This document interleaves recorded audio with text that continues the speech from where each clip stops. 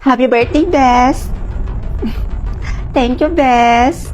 Oh, ready ka na ba sa magiging task mo? Oo naman.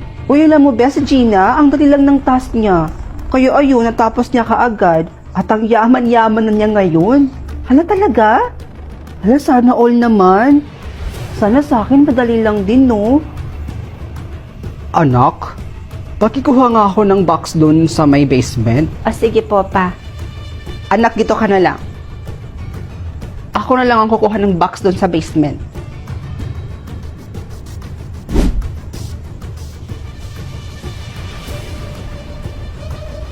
Bes?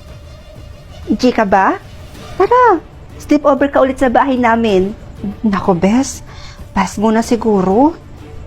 Doon kasi sa may bandang basement nyo, ang baho. Nangangamoy masyado. Hindi ko gusto yung amoy eh. Ano? Eh bakit ngayon mo lang yan sinabi sa akin? Eh yung creepy-creepy naman kasi ng mama mo, Bes. Hindi ko siya kayang kausapin. Tsaka, ba't siya ganun? Nakakatakot siya tumingin. Nako, pagpasensyahan mo na si mama. Ganun talaga yun. Tsaka, napagod lang siguro yun. Pero promise, ako pa mismo maglilinis sa bahay namin. Sige na nga. Basta maglinis ka dun sa bahay niyo ah. Lalong-lalo na dun sa may bandang basement. Sige, Bes. Ako bahala. Ma? Ano po ba yung laman ng basement, Ma? Sabi po kasi ng kaibigan kong si Princess, medyo nangangamoy daw po dun sa may bandang basement. Ano? Sinabi niya yun, anak? Ay, teka lang po, Ma, ha? Papapasukin ko muna si Princess kasi mag-i-sleep over po siya ulit dito sa bahay natin. Sandali lang po. Oh, Bes, dito ka muna, ha? Ipaghanda ko muna yung makakain natin.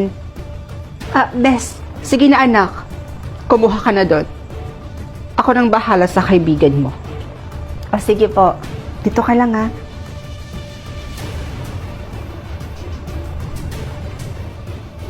Bes, ready na yung pagkain. Asan na yun? Bes? Bes? Wala na. Wala na? Ano pong ibig niyong sabihin, Ma? Wala na siya dito sa bahay. Umuwi na siya. Umuwi? Eh, bakit daw po siya umuwi, Ma? Hindi ko alam, anak. Ang alam ko lang, parang balisa siya kanina. Nagmamadali siyang umuwi. Baka may emergency. Ano kaya nangyari sa babaeng yun? Natawagan nga.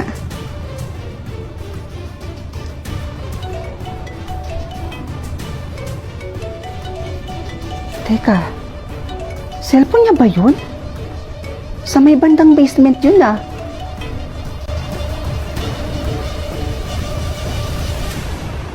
Grabe! Sobrang init talaga ng panahon. Buti na lang, meron ako nito. Ito yung pinakabagong release na minifan ni Jisoo. This is Jisoo Life Life 10 Minifan. Jisoo Life Minifans are always worth it.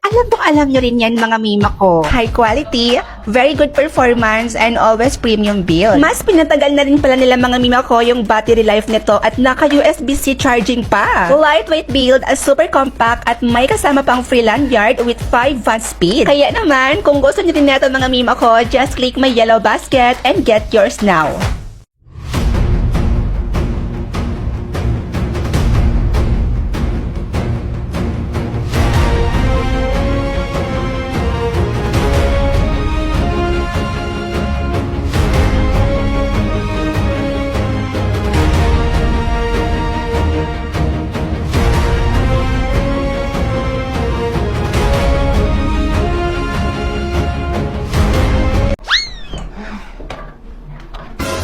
Hala ka, ate ah. Lasing na lasing ka.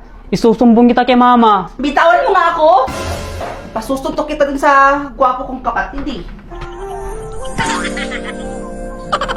O sige, sige, sige. Humiga ka na dyan. Paglulutuan kita para mawala yung lasing mo. Hindi yan sa'yo, hindi yan sa'yo. Sandali lang, Neng, ha? Sandali. Ayaw, te, mabakal ko sardinas. Ay, sardinas na pala to? Ang syunga naman ang tindera na to. Bakit? Ano pala yung bibilhin mo? Eh di sardinas. Eh, ano tong hawak mo? Eh di tayo. Hindi yan sa'yo, hindi yan sa'yo. Marunong ka maghintay. Oh, Sorry. naaalala niyo ba yung video to? 1, 2, 3, 4 Ang baby ni mama, ni mama, ni mama. Ang baby ni mama, ni ni mama. Baby ni mama, ang baby ni mama. Ang baby ni mama, ang baby ni papa. Ang anak ni papa, ang anak. Paano kung sabihin ko sa inyong ako yan? Maniniwala ba kayo? Siyempre, kamukhang-kamukha ko yung nasa video eh. Ako po yan talaga, mga mima ko, walang halong eme. Ewan ko pa bakit ko ba ginawa yan.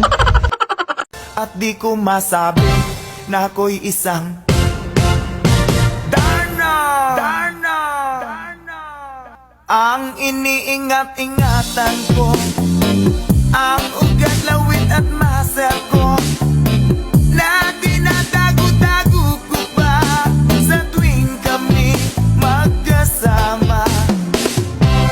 May assignment na easy, tapos kinukuha lang sa ChatGPT, tapos kinaka-copy paste and pasa lang. Hala, ako yun, dati. Pero ngayon hindi na. Dahil may website na akong ginagamit, Mima, na talagang nakatulong talaga sa akin. Ginagamit kong website sa paggawa ko ng essay. Kaya niyang mag 100% humanize.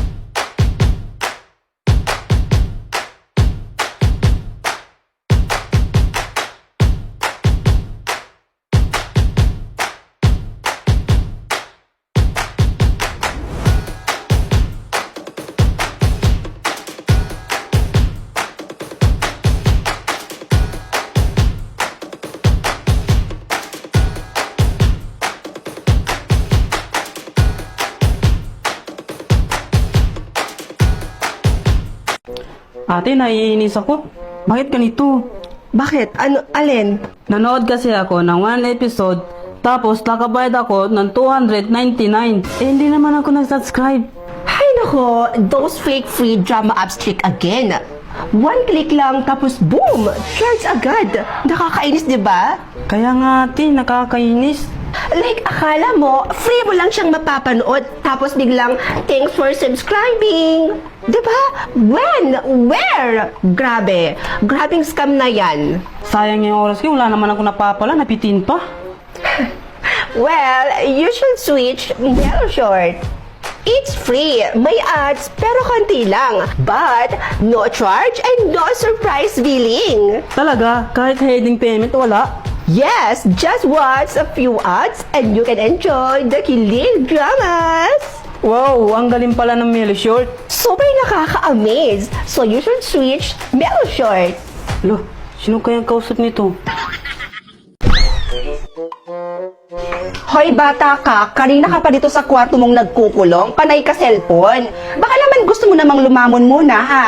Nagagalit na doon si mama sa baba. Bumaba ka na dyan, kumain ka muna doon. Panay ka cellphone. Ate, mauna ka na doon. Tatapusin ko lang yung pinapanood ko. Alam mo Ryan ha, napapansin ko, hindi ka na masyado lumalabas ng kwarto. Panay ka pa cellphone, para kang babae. Bayot ka ba? Lo, si ate, bayot ka agad.